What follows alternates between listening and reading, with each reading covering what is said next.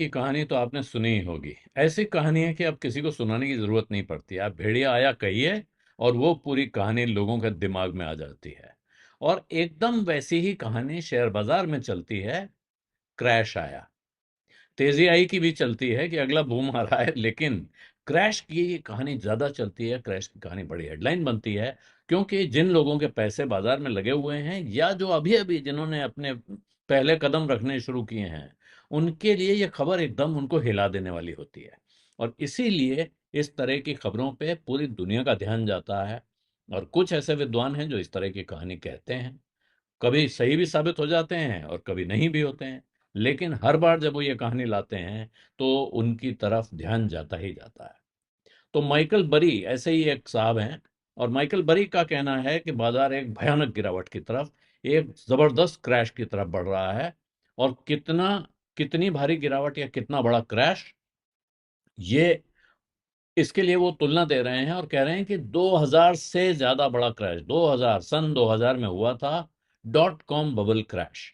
Dot com bubble burst हुआ था, जो उससे पहले इंटरनेट और उससे जुड़ी कंपनियों में लोग धुआंधार पैसा लगा रहे थे, अंधाधुंध वैल्यूएशन थे। और उसके बाद बाजार गिरा तो ऐसा गिरा कि क्या कहें। उससे उससे मुकाबला करने वाले दूसरे उदाहरण शायद स्टॉक मार्केट के इतिहास में मौजूद नहीं है। नैस्डैक जो टेक्नोलॉजी शेयरों का शेयर बाजार कहलाता है, national association for stocks on automated quotations, तो वो आमतौर पे उसमें क्योंकि टेक्नोलॉजी कंपनियां लिस्टेड थीं, इसलिए नैस्डैक को टेक्नोलॉजी एक्सचेंज भी कहा जाता है। और नैस्डैक के इंडेक्स को टेक्नोलॉजी शेयरों का बैरोमीटर माना जाता है। तो नैस्डैक में जब डॉट कॉम बबल क्रैश हुआ है, बर्स्ट हुआ है, तो नैस्डैक अपने पीक से 78% नीचे चला गया था। इतनी भयानक गिरावट थी और इसीलिए जिसे याद आती है उसकी रूह कांप उठती है।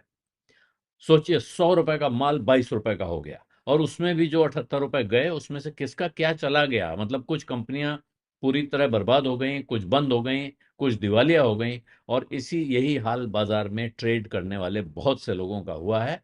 और इसीलिए इसको एक बहुत खतरनाक दुःस्वप्न की तरह, एक बुरे सपने के तौर पे याद किया जाता है।